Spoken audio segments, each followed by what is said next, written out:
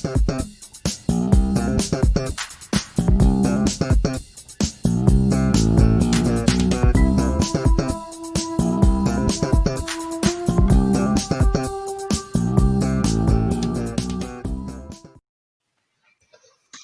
hi, everybody. A very pleasant good evening to you. It's Steve Dolan here with Dolan's Dugout.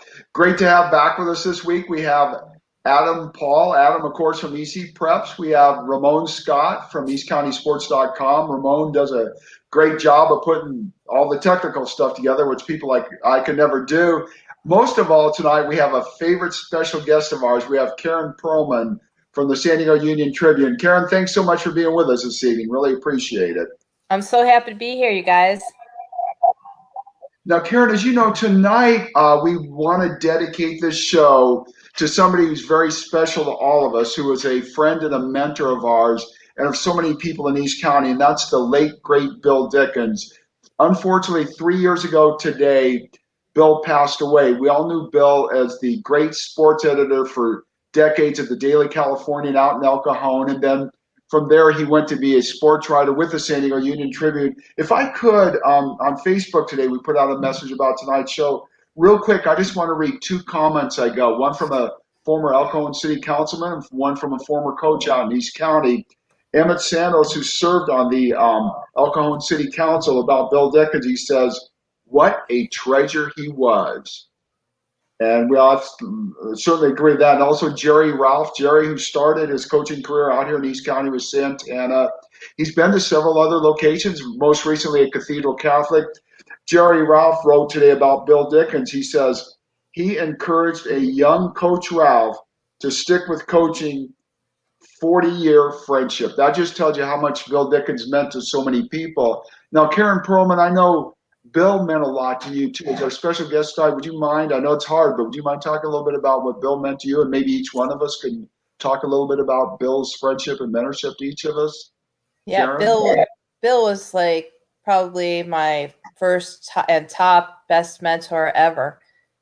He took me in as a sports writer when I was just my senior year at San Diego State, finishing up, and I needed a job.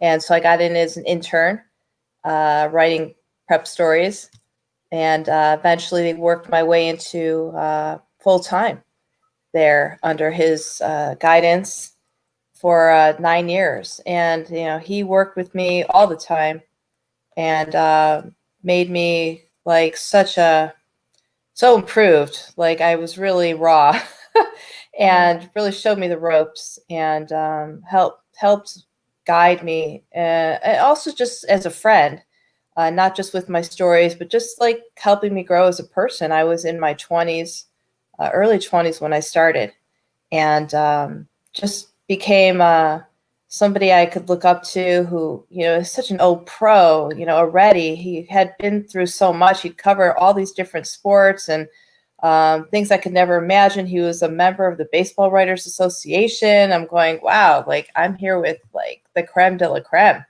I mean, I revered him in ways, you know, I knew his name and everyone around town knew him. He was beloved. He was fair, accurate. He just had a way of treating people kindly.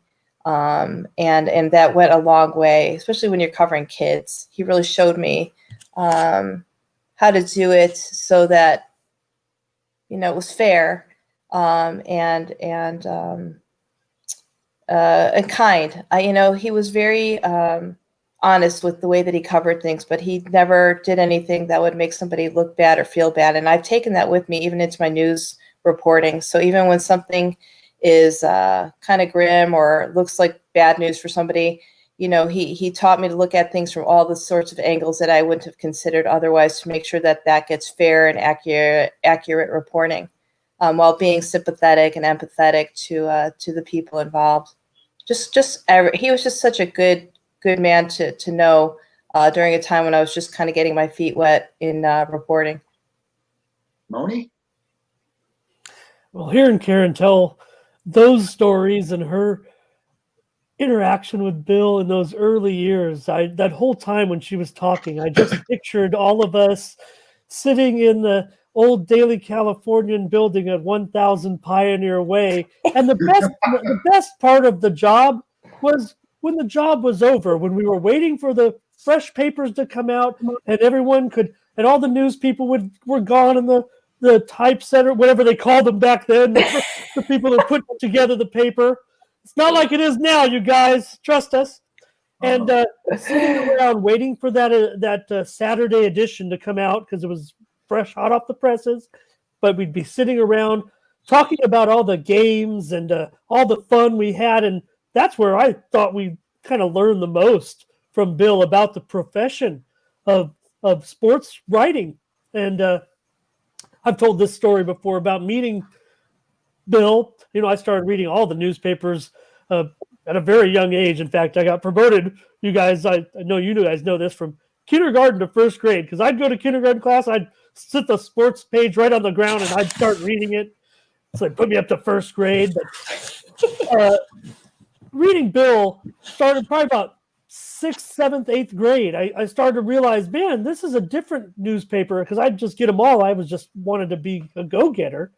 And I was like, I was amazed how the headlines would not read the same as they did in the Union Tribune, where we'd be talking about the Padres and the Chargers. You pick up that Daily Californian, and it was, Sultans rock the Vaqueros, or the Foothillers stomp the Monarchs, whatever it was. That was the big headline. And it all came from, Bill. I know the Daily Californian was there before, but I mean, everyone associates Bill now with the old Daily Californian. And I was just so proud when, after the paper had folded, that we decided to do East County sports together, I'd say, along with, throughout the years, guys like Adam and Nick Pellegrini, all these friends, and now even with his son now, Dave Dickens. And I was with Bill for a couple of years, my junior and senior years, mostly in high school. I was working for the Highland Fling, the old newspaper out at Helix, and I would just watch Bill out of the corner of my eye while I was trying to cover the game. I wouldn't have realized to go down and cover the game from the field until I realized that seeing Bill do it when I was a freshman and a sophomore. And, when I got into the journalism class, I said, I'm going to go cover the games, from the field. That's where it should be done, obviously. And I'd watch the game, but I was more trying to emulate Bill, knowing he was taking stats, and I was taking stats. And finally, after 2 years of doing the Highland Fling and becoming the editor, the sports editor of the Highland Fling, and we got to go up and compete. You might remember these competitions, the Southern California Journalism Education Association. We went up there and we won the thing my senior year. A guy who wanted to be a hack of a sports writer ended up getting first place, you guys, somehow, some way.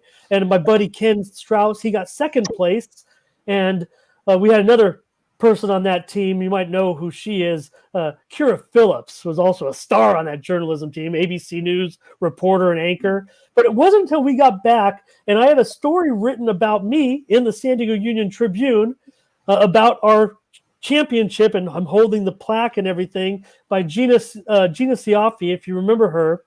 And it wasn't until after that story ran that I'd always talk to Bill during the games and when he'd come to Helix, but it wasn't until after that game that he hinted that maybe I could be a stringer after I left Helix.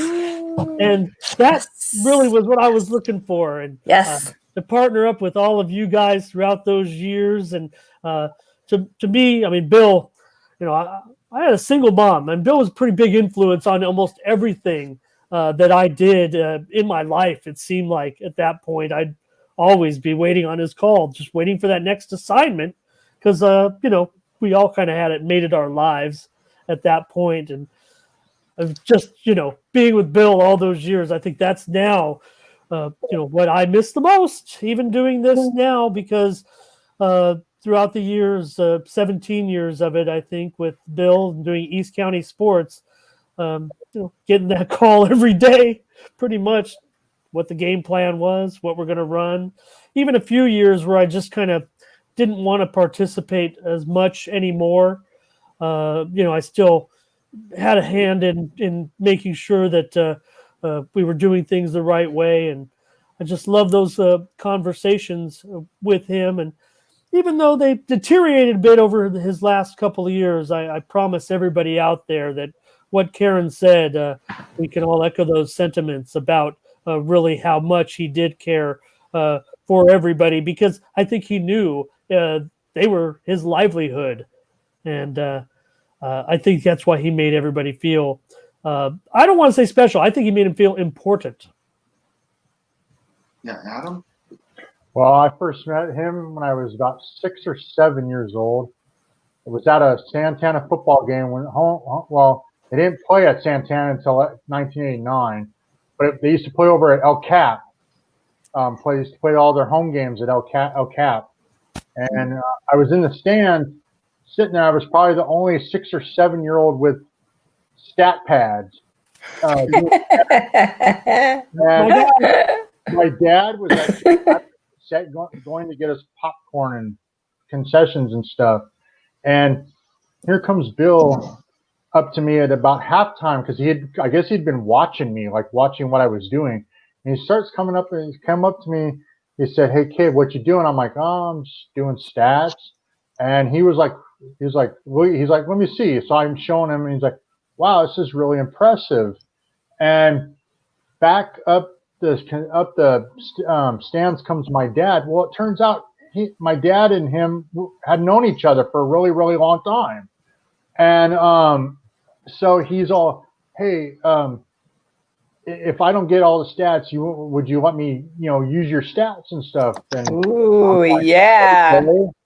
A 6 or 7 year old kid, I was doing what I always used to do when I go to football games, and so, baseball games, you keep score.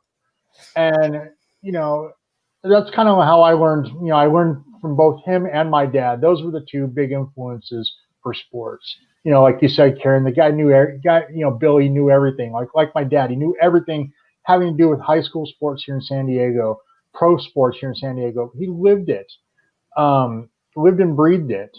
So it was just one of those things, he every week he would call my house, and I'd get on the phone. And I said, "Yeah, I've got the stats," or whatever, and that's kind of how I got involved with him. I love it. Interesting you say that, because it's funny you talk about stats so much. As I've been blessed the last 4 years to be the statistician for the Padres on Fox Sports San Diego. Before that, of course, I was doing visiting teams for several years, and also was really blessed this fall to be able for 2 weeks to be doing stats with Turner Sports during the American League playoffs at Petco Park. And when I think back to stats, two people. First of all, my mother, when I was a kid, I would go to bed at night. Back in my day, you didn't have TV sports. You listened to it on the radio, and I every night would keep a scorebook by the radio, listen to Vin Scully and the Dodgers. I'd fall asleep during the game. My mom would put the scorebook away, and it would come back out the next night. And then as far as Bill Dickens, my senior year at El Capitan, I was a statistician for the football team, actually my junior and senior year, so I got to know Bill that way. And also when I played for the baseball team, it was funny because Coach Olson loved the fact that I loved keeping score. So, I'd go out and play in the outfield, and then when I'd come in, he'd want me to fill in the scorebook to keep it up. And, of course, I'd always have to rely on Bill for that. But it's funny because when I think of Bill, I think of people who've worked under him. I think of, all of us here. When I was a senior at El Cap, one of the people who worked under Bill, his name was Dennis Farrell. I don't know if that name means anything to anybody. Yeah. Dennis Farrell just retired after decades and decades as the commissioner of the Big West Conference. Wow. Dennis Farrell cut his teeth under Bill Dickens. Wow. So that's how much influence Bill Dickens had.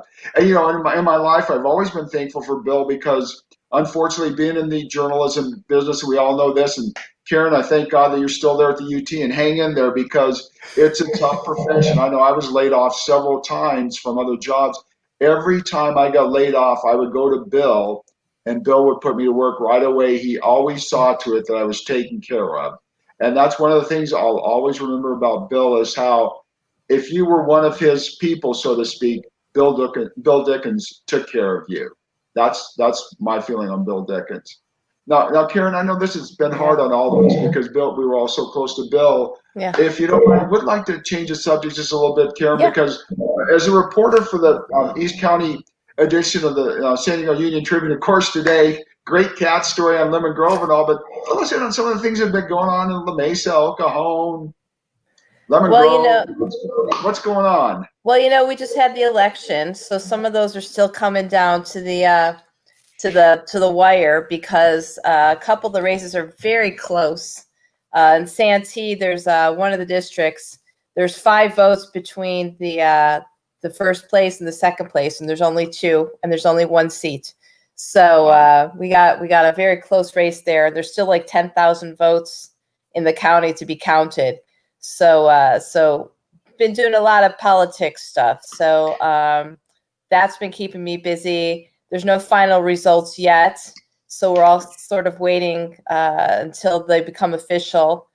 Who knows if there's going to be recounts? I assume there will be recounts in a lot of the close races. So just, mostly waiting for that, getting through that. And I'm covering my city councils, some school board stuff, fire, water, the usuals. Obviously with COVID still a thing. There's, the stuff that I cover is mostly online now. So city council meetings, are very easy now to cover. Not that they weren't easy before, but now I just turn on my computer basically and they're there. And if you miss something, they usually tape them and you can watch them later. So it's actually been sort of a nice, although I'm there live, it's nice to know that if there's something I had a question, I can go back and watch a video of it.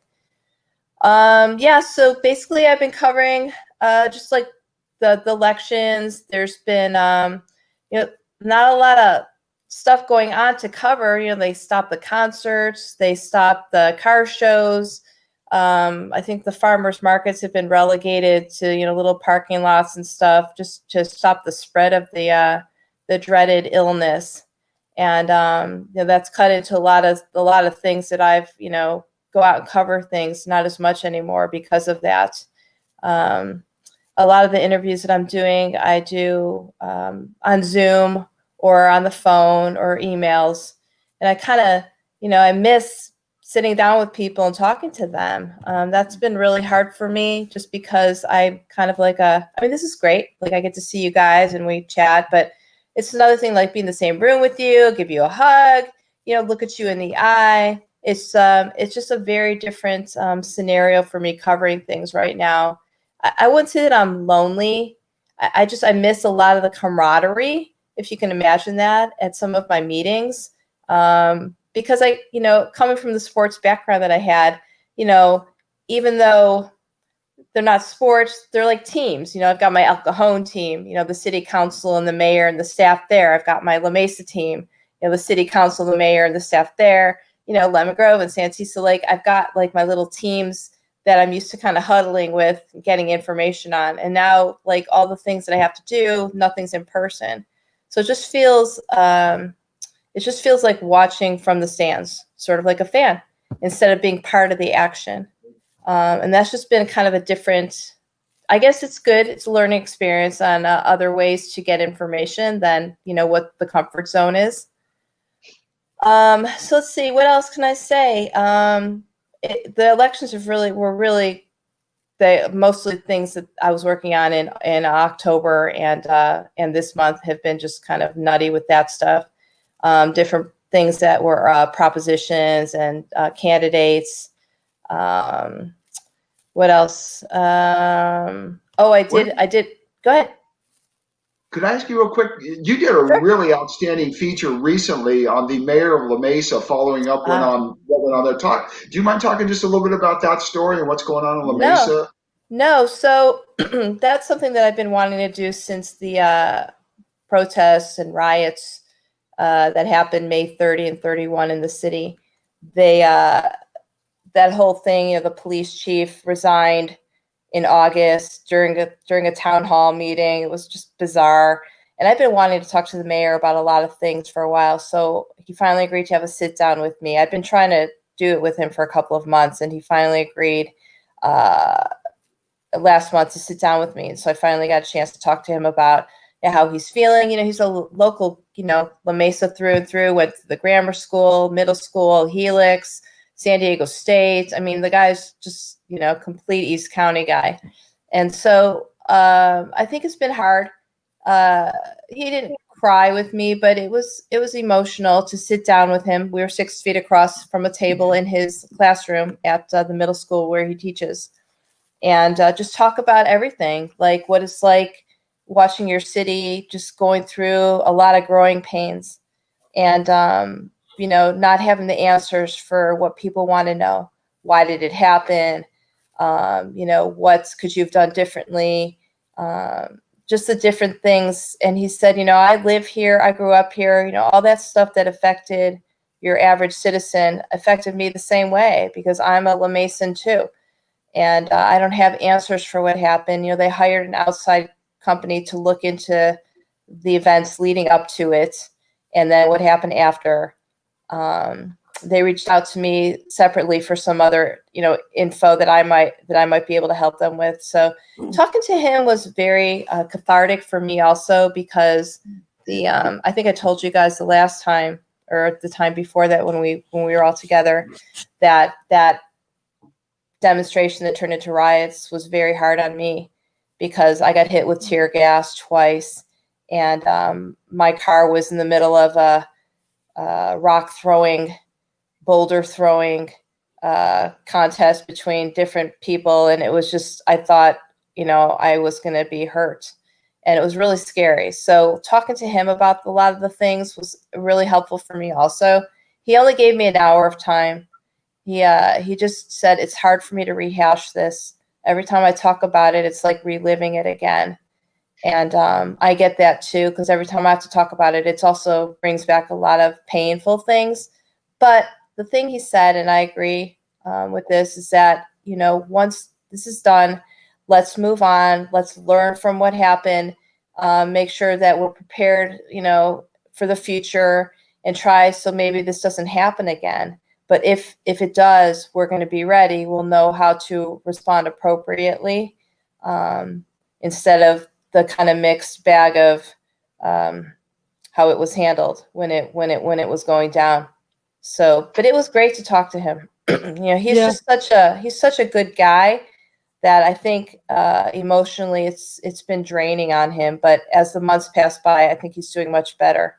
Yeah. Shout out, Steve, if I could, Dr. A. Mark Arapastathis. I'll share some insight as well. I'm one grade behind Mark, a childhood friend, basically. So I did shed a tear. I can tell you the moment that I did cry, it was because of Dr. A. Love you, Mark, but it was that moment that they had to come together and make that statement. And it was like 1:30 in the morning that tweet, that social media came out. And here he was, obviously on the verge, or had been crying tremendously. Everyone had their mask on. You had the whole La Mesa crew there, and that's when I just lost it, when I saw them to do that. And I can tell you, we all knew Mark was going to be a tremendous success at anything that he did. But I'll share with you this. He had the coolest hat collection in high school. He had them lined up in his bedroom, all the teams hanging. You know how you always want to do, or we all did it, to put the I don't know, man. Bill Dickens had a really cool hat collection. That's true. Mark Arapastathis, my guy, Dr. A, he had the cool hats all around his room. Every team up in the corner looked so cool. And made me admire you, Mark, when you had those hats. And we used to play ball together and things like that before they started working hard on their football. You mentioned him as a player. He was an all-league performer. He was a lineman at Helix. And his brother, Evan, don't forget, was a great kicker who made it all the way to the NFL, played for the Cardinals off and on for maybe 1 or 2 seasons. Made a big kick or two, missed a few kicks too. But Evan Rapastathis, Eastern Illinois, went to Eastern Illinois University. Evan did, and he was a pretty good guy too. A little bit older, a couple years older than Mark. But man, that's what I felt. That is when I felt it, to see the years of him, loving the community. I don't know much other than reading about it, how he progressed to that mayorship. I think it just kind of evolved and kind of was like a chosen situation for Mark. And I thought it was great when he became the mayor.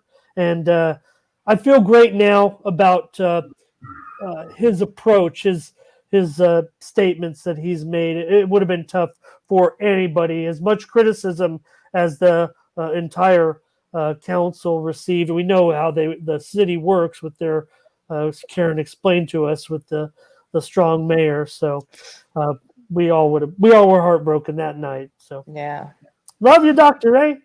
You know, the only person who was going to beat Art Madrid, who had been mayor for, 1,000 years, somebody super popular like Dr. A, because, everyone knew him.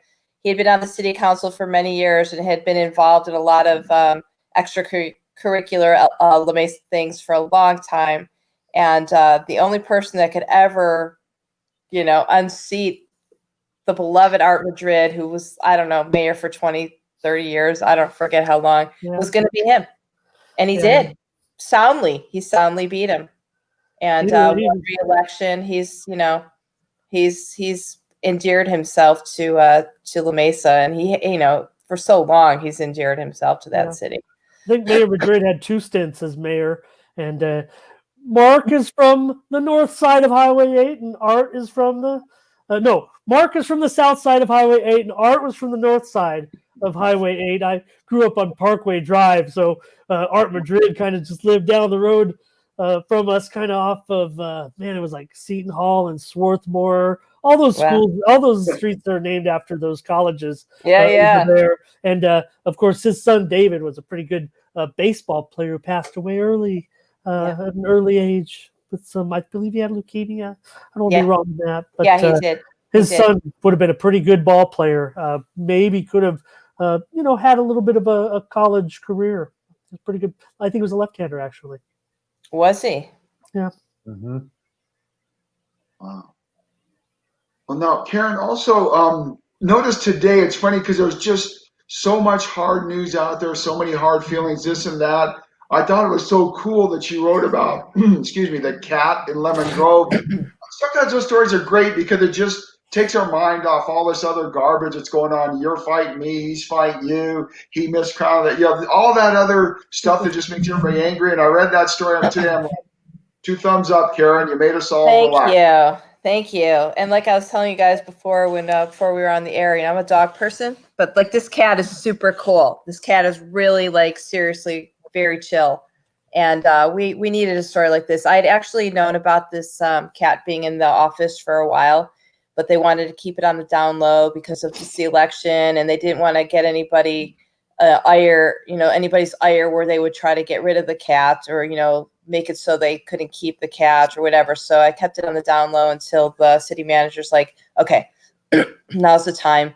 And because of all the stress with politics and all the crazy stuff going on with COVID, I thought we all need something like a cat story. We all need something like we can be understanding of one another, that we all need some emotional support sometimes. And sometimes the emotional support comes from, a 4-legged creature. And that they gave me access inside the office, and I watched the cat interact with people. It was very, very fun, and that was a great story to write. I did get one kind of snarky email today from a La Mesa resident who's I think he said something like, "A cat story, Karen? Really? Nothing else to cover?" And I thought, I couldn't tell if he was being sarcastic and mean or making fun of me, because he sort of had a winky face, but he also had a mad face. So, the emoticons, I wasn't really sure what he meant. I just said, thank you for reading my story. Take care, Karen. It's I don't know. But I think we all need a little levity, a little, I don't know if it's really levity. It's just compassion. We're all struggling right now with different things. And, having a story about a cat that helps people deal better, I thought was a nice change of pace. Agreed, because again, there's just been so much negative news out there the last 8 months. Everything, COVID, all the negative, more purple today, and Yeah. again the stuff in the election. I'm not going to go down the list because it's just a bunch of negative this and that. And to have, pardon the pun because of the cat story, but to have a story that's more fluff, that's just what we need nowadays. We all need to take a break. I mean, really, I I mean, know. Yes. just so much negativity going on. To hear something like that, I don't know, just hit me in a good way. Like, way to go, Karen. Thank you. Well, I've been writing a lot of stuff about Lemon Grove, and they've had a lot of trouble with different things. So for them especially, it was important. La Mesa also has had a hard time because of the social justice pushback and all that stuff with the police. But Lemon Grove has really bad budget issues. They're just in a lot of dire straits because of finance. And I thought, if any city needs a little good news, I was going to be Lemon Grove. So I was actually really happy to write that story to add to a little bit of joy, maybe in a city where there's just so much struggle right now. Yeah. Wow. So, what if I could ask, without revealing too much, what kind of stories do you have coming up? Anything in particular you're working on right now that we should know about, or? Well, I'll just say this: I was in court downtown today, working on a story.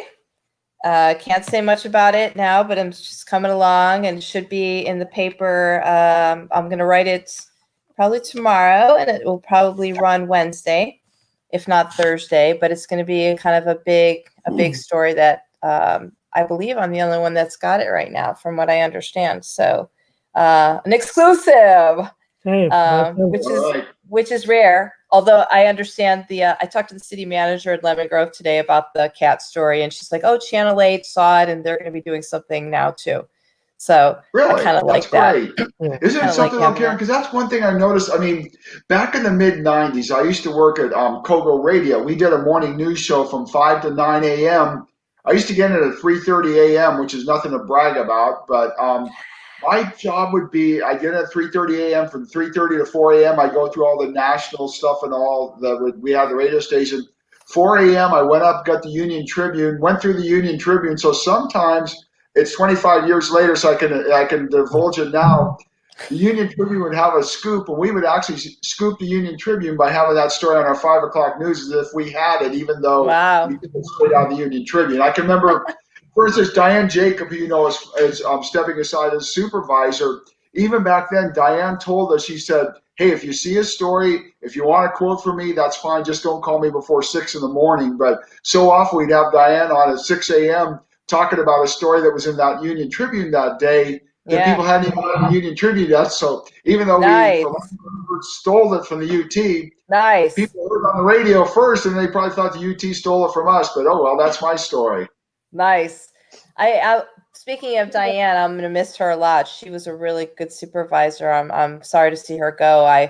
She was very accessible to me, and we had great conversations. I wrote the obituary on her husband when he passed away a year ago, and just was a very big honor for me to do that. She's been great for East County. I don't know. I'm sure there's a lot of naysayers. But she's always been very approachable for me. I don't cover a lot of county stuff, but whenever I did, she made herself available to me, which to me is like the ultimate because she's so busy. I mean, think about, you guys know from covering sports in East County how big this swath of land is. The whole East County is like the largest part of San Diego County. So she has the biggest district. So she's been like everywhere, as you guys know. Like we go from Boulevard and Campo, Lakeside, Spring Valley, Crest, Rancho San Diego. I mean, like just out to Lemon Grove. And it's just like this humongo area. So she's always been accessible to me, which I really appreciated. Yeah, Karen, as you know, one thing about East County too is a lot of times, hey, we all lived out and do live out that way. Sometimes East County kind of gets snubbed. I know when the 1998 Super Bowl was here, we kind of got snubbed on activities and all. But what I always loved about Diane Jacob was her line that we want people to know that there is life east of Interstate 15. And there is. And she always made that very well known by what she did in her office. And speaking of, her job, what's interesting now, you're talking about how close votes can be, that with Joel Anderson and Steve Voss running, at one time they were 5-7 votes apart. Now they're 150 votes apart. It's amazing because when people say, well, my vote doesn't count. Well, when they're tens of thousands or hundreds of thousands of votes out there and you and I are 50 votes apart, your vote does count. Oh, yeah. And I mean, literally 5 votes in Santee from those two people. But when you think about how close Joel Anderson and Steve Voss are, like 150 between thousands, hundreds of thousands of people, it's mind-boggling. And it showed me that that's the first thing I thought when I saw those totals, because they were a lot closer earlier. But like, every vote matters, like, for real. Your vote really matters. You could be the difference between somebody winning and somebody losing. Yeah, I mean, so if somebody wins by 150 votes, there may be 200 people that were going to vote for the other guy who just decided not to vote, and they could have made the difference. And I'm not trying to pick one side or the other, but that's just the way I look at it. Yeah, no, I'm with you on that totally.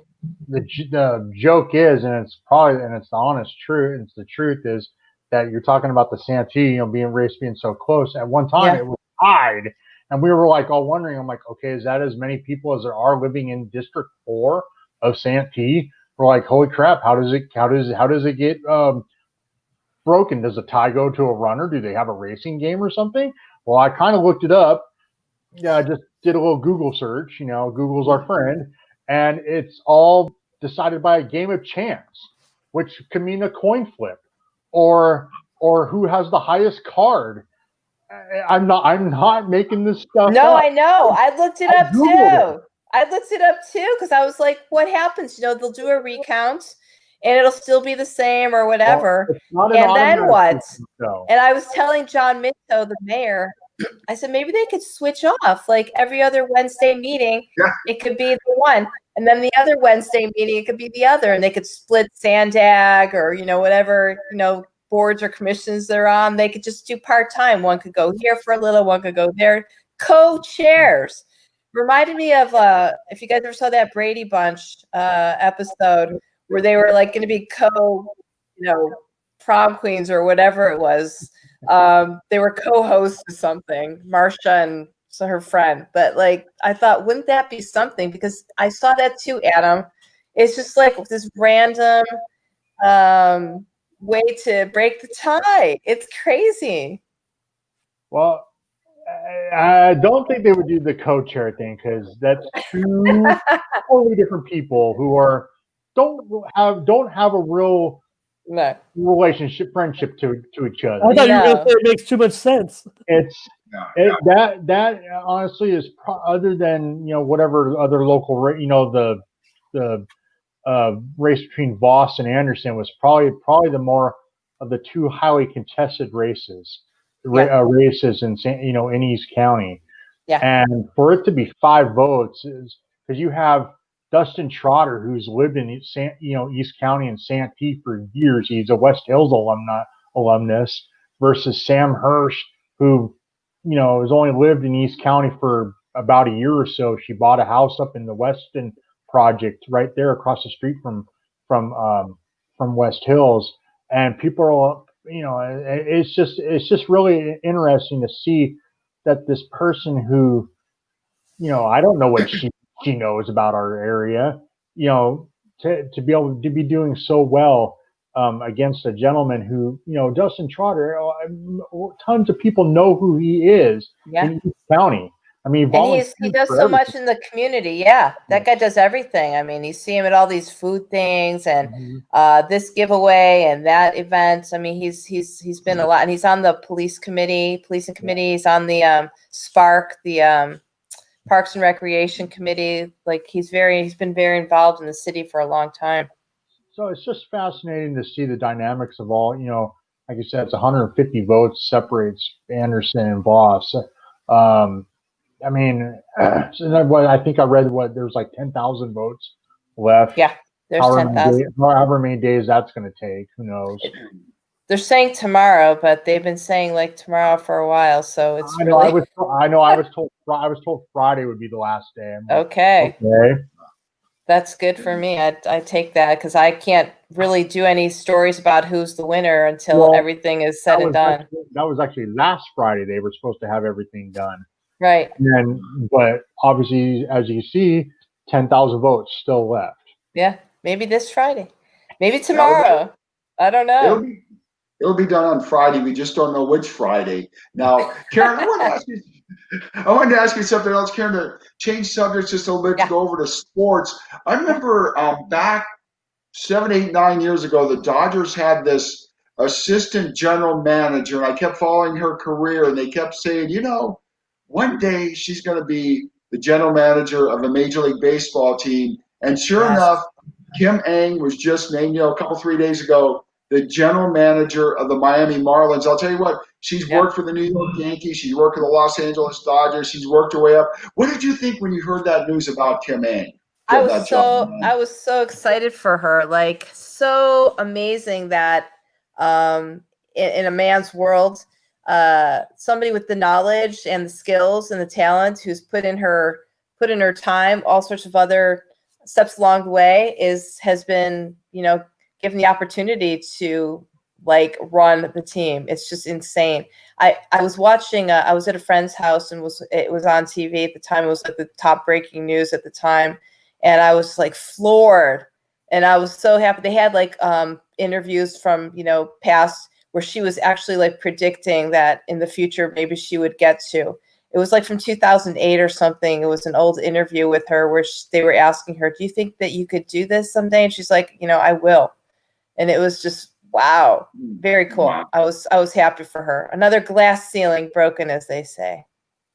Yeah, and I think one thing, Karen, about her too, you think about the team that hired her. It's run by Derek Jeter, managed by Don Mattingly. She was with the Yankees when Derek Jeter played there. She was with the Dodgers when Don Mattingly managed there. So yeah, I've always said, and I've never been in the position, but if I hired somebody, I would want to hire somebody I have worked with and I know what they can do. I mean, and you know what? Bill Dickens once told me this too, going back to Bill. You could have somebody send you this fanciest resume in the world and all, and it looks great, but what it doesn't tell you is, was that story edited? Did they meet deadline? Did somebody have to rewrite it for them? Whatever. But if you've actually worked with somebody, you know that somebody, and that was what was so cool about the Marlins. Again, the fact that Derek Jeter was playing for the Yankees and Don Mattingly was managing the Dodgers. She was with two high-profile teams. So they know what she can do. They already are involved with who she is and are very aware of what she's brought to the game. As closely as we all follow Major League Baseball, probably more so than a lot of people out there, I would say what took them so long in the aspect that you might think I'm saying it, what took so long to hire a woman, what took so long for Ng to finally get there? When she first came on the scene, I was thinking, man, this is a fast track. She's going to be a general manager in 5 years. And that, and we know that she's been, working in front offices for 20 years at least, right? So, to me, that was the surprise. Of course, we're not thinking about it. So when I saw the headline, I immediately said, God, what, it took this long. I can't believe it. She was going to be the first one. I think we all kind of would think that. But I was just like, I can't believe it took Ng that long to get that job, because I was expecting it sooner, actually. I heard an interesting tidbit on that. They were talking about that today as I was on my way to work this morning on ESPN radio. And 20, 25 years ago or whatever,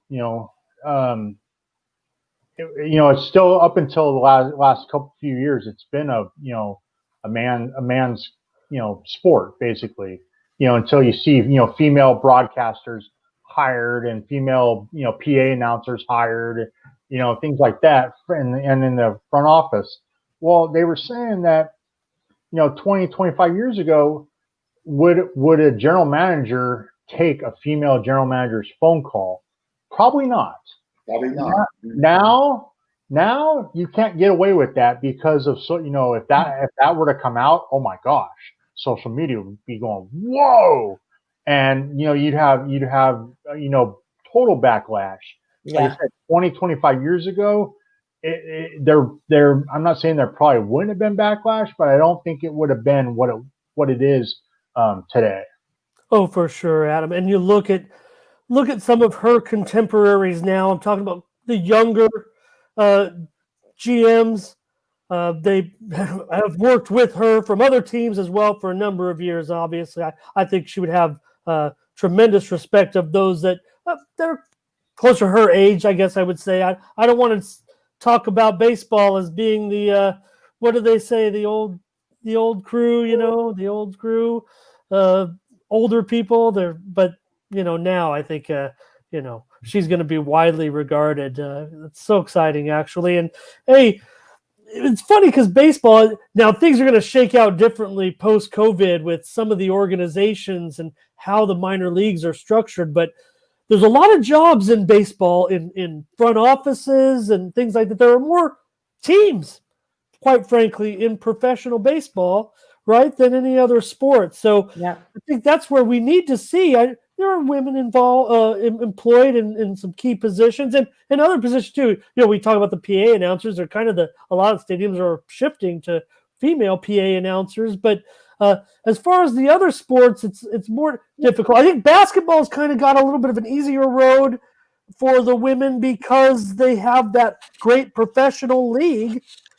Football, we're starting to see some inroads there with some coaches now and officials. So it's great. It's great. Moni, I'll give you. Speaking of females in sports, I'll give you a female. We're all in the media. I'll give you a female who's in the media who I think she's already done some play-by-play for the Colorado Rockies. Jenny Cavanaugh. We all remember Jenny in 2007 or so. She actually broke in with Channel 4 San Diego back when they were doing the Padres, and she's from Denver, and I mean she was here then. She went, I believe she was tied in with UCLA, had done lacrosse and things like that there. But I expect to see big things from her. I don't know if one day maybe she'll be the first female doing a national game on ESPN, TBS, Fox, whatever. But look for big things from her. I mean, her father is a baseball coach, very successful up in Colorado. So she grew up around the game and she knows the game. I've worked with her. Just remember that name, Jenny Cavanaugh, when it comes to the media, because I'm going to predict that she's probably going to be the Kim Ang when it comes to women having the doors open for them on the media side as far as the play-by-play and all. Just keep that name in mind. And there's been some great ones. You think it's Susan Walden, Gail Gardner, and I think it's some of the great female sports writers, Karen, Beth Harris, Aileen Voisin, and Karen Pearlman.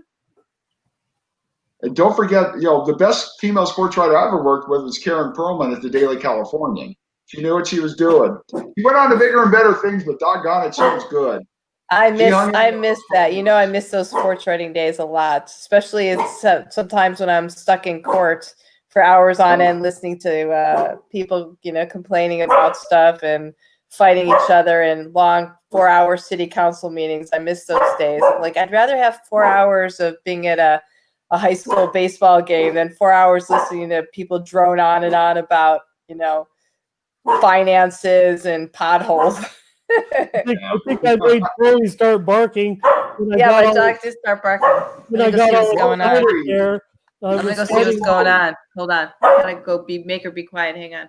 That's okay. I don't know if any of you saw it. It's funny what Karen's doing now. The other day, Mark Grant was on the MLB Network on Hot Stove. I don't know if any of you saw that. But Butter, his dog kept barking. So Mark had Butter licking his face and everything else on the MLB Network. And you can imagine how well that went over with Matt Vasgersian, his old partner. Karen, please put Chloe on. Karen, I was just telling the story. Telling the story the other day on the MLB Network. Mark Grant, the Padres broadcaster, was being interviewed. And the star of Mark Grant being on was Butter, his dog. So do you mind, since Butter can be a star, can Chloe be a star for a second? Do you mind if she joins us on the air for a second? Everyone that's joining us from Karen's Facebook page recognizes Chloe, and if it's your first time, Chloe, one of the most famous dogs in the county. I mean, how can she not be? I mean, you Hello. have There she is. East County news beat writer that has thousands of followers, thousands upon thousands of friends on Facebook, and Karen has already spent half the night. We talk about the gentleman who didn't like her. The rest of the people are bombarding Karen's timeline with her writing about the cat story and Chloe getting jealous. So I just know it's great for just an old agate guy here to be with three legends like yourselves. Oh no, the pleasure is all mine. And every time we are talking, like, our old days of covering stuff and all the high schools that I used to, spend Friday nights at, and during the week, going to different sporting events. I miss that stuff so much, because that's like pretty much molded who I am today. Talking about Bill's influence on me, we had a lot of things in common, both big baseball fans. We were born a day apart, a few years apart. Just like the fact that we were, I don't know, I want to say more compassionate about the way that we approach things, but a different mindset than a lot of kind of more hard-nosed writers. Just a good person that taught me that it was okay to be kind. It was okay to care. And just mentoring so many of us young up and coming people, making us understand, that it's that this is a tough world, but we can do the right thing and be kind in our reporting, and not upset the apple cart so much like a lot of other writers. It's so funny because, going back to, like I said, when I first met him as a young kid in the stand, sitting in the stands, I was by myself. I didn't think 1 minute not to talk to him because, as a young kid, you're taught not to talk to strangers. So, talking to him, I never met him before. I didn't know who he was.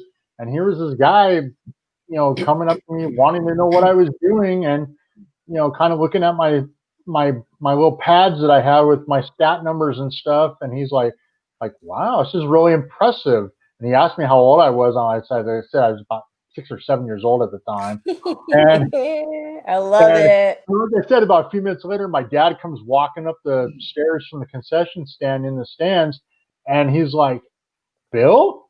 And Bill's like, yeah. Like I said, they knew each other. Wow. That's such a cool small world thing. I always thought asking what I had for that carry or something, that he was just quizzing me. Yeah. Well, he wanted you to keep stats. Yeah. It's funny because in the mid-'70s, when I was just a couple years out of El Capitan, I used to, of course, on Friday nights, I would cover a game for Bill Dickens. On Saturday night, we'd go down the old stadium, and I'd be in the tailgate party at the Aztec game with Bill Dickens. And then on Sunday afternoon, we'd cover the San Diego Chargers for the Daily California, and I'd be sitting next to Bill Dickens. That's how much an influence Bill had on me. But I can remember having the conversation with Bill. It was so funny because you'd go to the prep game on Friday night, the Aztecs on Saturday night, and the Chargers on Sunday afternoon. And if you asked me at the end of the weekend, which game of those three do you remember the most? Nothing beat Friday night. And that was Bill Dickens. Bill Dickens was Mr. Friday night. Even in later years, Bill and I weren't in touch as much because we kind of, we'd gone our separate ways as far as work. But every time I would call Bill and say, what's going on? He wouldn't say, hey, I'm fine. Or he'd say, hey, did you hear about that Mike Darden who used to be at Helix High School? Did you hear what he's doing now? Or did you hear about that guy, that Tim Lindley that used to be at El Cap? Did you hear about it? It was funny because Bill had the handle, not just on what those guys did at El Cap or Helix, wherever, but he followed them. He followed their careers. It wasn't like once you left East County, you were done with Bill. It was like you were just starting, and it was just amazing how Bill, every time I called him, he would just fill me in on wherever East County guy was, and doggone it if he wasn't right up to date with what that guy was doing. It's amazing, thinking about the history of the Daily Californian in general. It was a powerhouse in the East County, not just in the sports department, but in the news department. I mean, I delivered it. I filled in for a friend of mine for about 3 weeks while he was on vacation. I'm delivering the old Daily Californian, and people met me to get their newspaper in front of their houses. I mean, it was incredible the amount of people that had subscriptions to it. You know, when you subscribe to it, when you used to be able to subscribe to it, and it would have it delivered to their house. I think I delivered to over, I don't know, 300 houses on my friend's route. I Wow. mean, it was amazing. The good And old days. yeah, and it's just sad that we don't have, something like the Daily California. The Daily I California. try so hard, but I can only do so much. But No, like, I get that it. really, no, that's so true because, like, Moni, what you were saying, like, or I received, maybe you said it, like, a Saturday morning, like the top story in the sports section was, Foothillers beat, Monarchs. Or whatever. It wasn't the Padres game. It wasn't, whatever other big sports events. It was like the high school thing. I mean, that was like so all what he was about. Remembering kids from when they were little, and then, he had their kids were playing and he was still covering them. He's like, I remember your dad when he played. Probably he had some grandparents of, watching the grandkids playing, and in some, some cases, just all these things that are, that was just so what he was about. Like, his whole life was circled around that stuff. And anybody who was in his presence, you can't help but get caught up with that and to admire that and to appreciate that he cared so much about those things. And like the news, like the Daily California news, was so, people lived for that stuff. So, I mean, I know, I'm kind of joking, but like, I really do try to bring some aspect of that Daily California news to my little East County. I only get, a certain amount of space. Obviously, I'm competing against all the county and other reporters for space in the paper, but, I try to think about, what do people want to read about? What do people really care about? I'm only going to get to hand pick a few stories here and there. Obviously, the Daily California, you could have the national stories, then you'd have your international stories, but like the flavor of it was local. What's going on in Spring Valley? What's going on in Alpine? What did Joan Shoemaker do? Like, what are all these people that are, the movers and shakers in East County doing? So, I try to think about how, much of a news story it is just from watching what was covered in the Daily Cal from those times, because I read the whole paper. I didn't just read the sports section, although that was my go-to section most of the time first. Like the other stuff, it's important, to keep up with the news. And obviously, look where I ended up. I actually started at the Daily Californian in the old building on West Main Street. It's still yeah. Oh my God.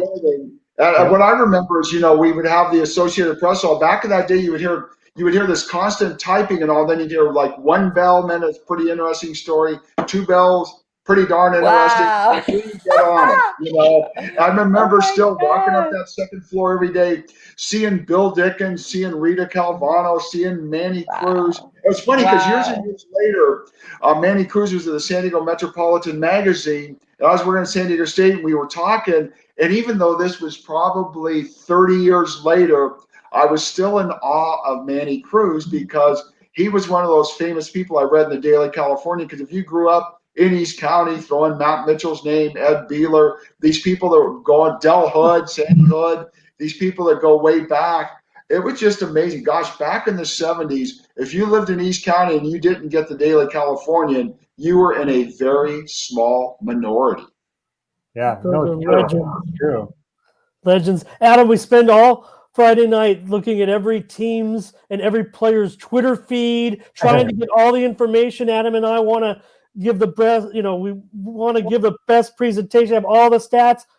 All they had back then was Bill. That's all they needed. He'd already called every coach, got every. Oh my gosh. Remember, we'd be there till 1 a.m. calling coaches wherever they were.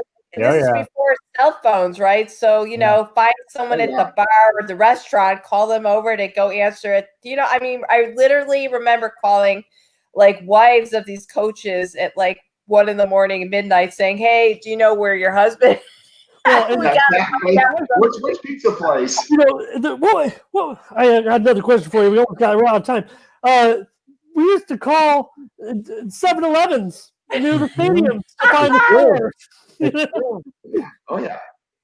Oh yeah. Oh, man. Hey, this has been I great. think about like the Simpsons show where Bart's calling and making up phony stuff for the bartender Mo. Yeah. And I just remember thinking, God, what were they thinking when we were calling these restaurants like at midnight, going, "Do you know where Coats?" Yeah. Yeah. Well, Karen, hey, you know what? This has been a great hour. Karen Perlman, Thank for the you. San Diego Union. Thanks so much for joining us. And Karen, it's funny. Earlier tonight, speaking of old shows, I was watching Coach, and they were talking about commitment. Now, I'm not going to ask you for a commitment, but I hope you can commit to being with us again soon. We really want to. I'll Thank be you here. so much. Yeah, thank you. Love to be here. Appreciate Karen Perlman from the San Diego Union Tribune being with us tonight. Appreciate Adam Paul from EC Preps, and of course Ramon Scott from EastCountySports.com. And like I always say, I have no idea how he does the technical stuff, but Moni, thanks so much for getting us on the air. Thanks so much for all of our listeners. And once again tonight, let's all just remember Bill Dickens. 3 years ago today that he passed away. What a great man he was, and how there will never, ever be anybody who is more Mr. East County Sports than Bill Dickens. And Bill, thank you so much for all you did for us. God bless, and everybody have a good night.